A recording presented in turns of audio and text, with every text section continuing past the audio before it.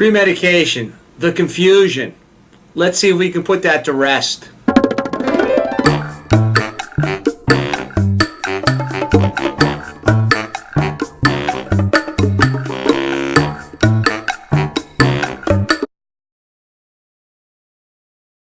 So what is premedication? Basically, a patient will take antibiotics prior to a dental visit, and the purpose of that is to kill bacteria. Bacteria in your mouth. Quite a bit of bacteria in the mouth, as everyone knows. And when we, as dentists, go in there, give an injection or create bleeding, we're actually transporting the bacteria from the mouth into the patient's bloodstream. This then bacteria, which is very unique to the mouth, can just travel in bloodstream, and eventually it'll settle into unsuspecting tissue that may be prematurely injured, or a prosthetic joint that was placed by a surgeon, and it's going to find an area that it's most vulnerable. Generally, in a healthy immune system, it's not a big deal, okay? But when your immune system is compromised, you may not have this ability to fight this bacteria, which ordinarily belongs in your mouth. Well, that's the problem. So when I was in dental school, we used to give a huge amount of antibiotics all the time for anything possible prior to dental visit. For example, if you were diagnosed of possibly, maybe having a heart murmur, if you were told by your doctor that I know the story, one doctor says, yeah, I think you got a heart murmur, another doctor says, well, we don't really hear your heart murmur, so precautionary, we're going to treat you as if you had a heart murmur. And the doctor then would recommend that the patient would take antibiotic prior to seeing the dentist. Now, that was back in the day. Back in the day also, we're talking in the 90s, we'd give 3 grams of amoxicillin if you weren't penicillin allergic prior to dental visit, and then 1.5 grams 8 hours after the initial dose. So you're looking at a huge amount of antibiotics that were just blasting the body. So the concept was kill the bacteria and potentially kind of juice up the patient's immune system to prevent this potential bacteria, which incidentally is called beta hemolytic strep. That's the name of the bacteria species. So, if we can kill it and you've got a decent immune system, you should be okay. It could be quite problematic if the patient has quite a bit of dental visits, because we know now that antibiotics are maybe being overprescribed for the slightest little thing. And as a consequence, there's a lot of theory out there that, well, we're creating superbugs. And I came across many articles on the web that, maybe there's true. There's literature either way. Maybe there's a different reason for creating superbugs, but the current feeling is that overprescribing antibiotics is generating more bacteria that are resistant, and as a consequence, we are suffering with these terrible afflictions that are not being able to be treated with the current regimen of everyday antibiotics that we have. So who needs antibiotic prior to the dental visit? Well, let's start with who doesn't need the antibiotic prior to the dental visit. Okay? If you had a previous heart attack, you don't need antibiotics. If you had a stent placed, you don't need antibiotics. If you have a heart murmur, you don't need antibiotics. The guidelines are pretty clear. The American Heart Association has them posted. Go on the web.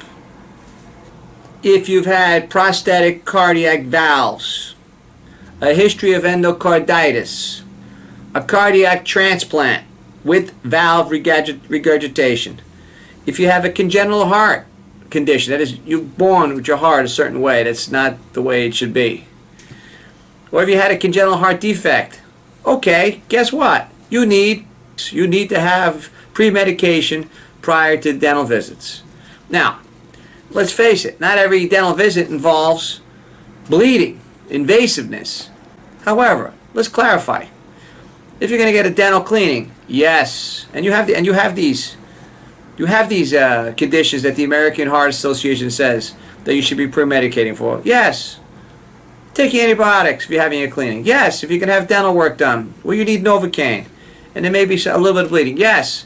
But if you're coming in for, let's say, a gentle dental impression with alginate material, you don't need antibiotics. You create more of a bacteremia, that's bacteria being transmitted through your bloodstream from your mouth to your body when you brush your teeth or when you floss. For that matter, take antibiotics when you floss every time. It's insane. So there's also an abuse where too much is no good. So keep that in mind. You have to use your common sense. Now, everybody's bionic at this point. Everyone's getting prosthetic joints. Everyone is getting a hip replacement. Over 60, it's commonplace. Who's getting a prosthetic rebuilt shoulder? Who's getting a double hip? I mean, it's very frequent. It's becoming much more commonplace. The consensus is amongst orthopedic surgeons that you do not need to have prophylaxis, antibiotics, that is, prior to your dental visit if you had prosthetic joint surgery. However, with that being said, ask your orthopedic surgeon. We have the most confusion here. Some surgeons are trained a certain way, and some feel that patients should have antibiotics after a joint replacement forever. Others 6 months after a joint. Others a year after. Others forget it. We don't know. I'm just confused. Don't get me involved at this point. Speak to your orthopedic surgeon. Okay? In general, the data demonstrates that you do not need it. However, I put the burden on you and your orthopedic surgeon. So if the orthopedic surgeon wants to do it, God bless you. Just let us know and have them prescribe it. What's the downside of over abuse of these antibiotics? Well, like I said earlier, there's a possibility that the literature out there is demonstrating that perhaps, or maybe yes, who knows, that it is creating superbugs by the over administration of antibiotics. Number one. Number two, we also are really changing the bacteria in our body. We have good bacteria and bad bacteria, so the antibiotic will kill everything across the board. So I do suggest something I'm a big fan of, probiotics. You want to take that. You should take it every day in general. However, if you're pre-medicating, as mentioned earlier, for those patients who need to pre-medicate for those underlying conditions that are set forth by the American Heart Association, well, you're definitely going to live on these things, because this is going to replenish the bacteria that you need to run a healthy gut. So the downside with the medication is, besides screwing up your flora, you really can create GI problems that could be really persistent and tremendously affect your quality of life. So a good supplement is a good thing to do. And listen to your medical doctor, okay? If your doctor knows you really, hopefully better than I do, in terms of knows exactly what's going on with you inside, and everyone has a certain tolerance of what they can fight, has to do with your immune system. The big issue is the legal issue. This is the problem, okay? So there's an undertone in the medical dental community, and because the literature is so out there is no right or wrong. You can prove it. You can prove that the patient perhaps should have taken an antibiotic, as equally as well as prove that the patient doesn't need to take the antibiotic for a particular condition. However, we are practicing in a very litigious society. This is the way it goes.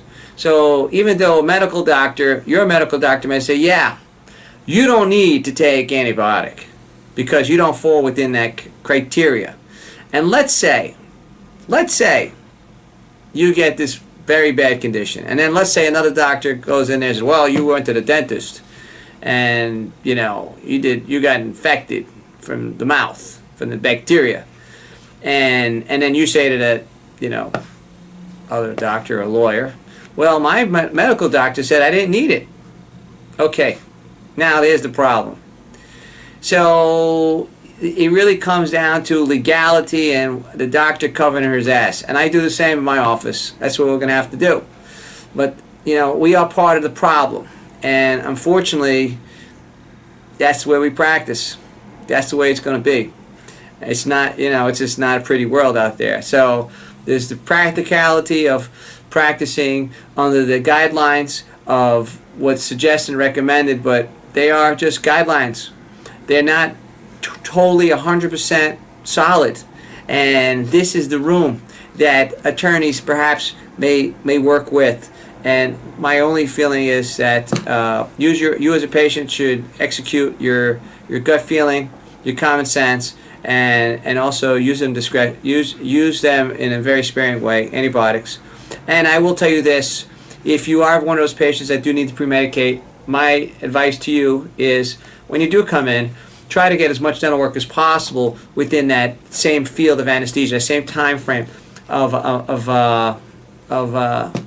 antibiotics, you know, so you don't have to constantly take antibiotics prior to visits, so you minimize the amount of antibiotics during your dental rehabilitation. So have a good day.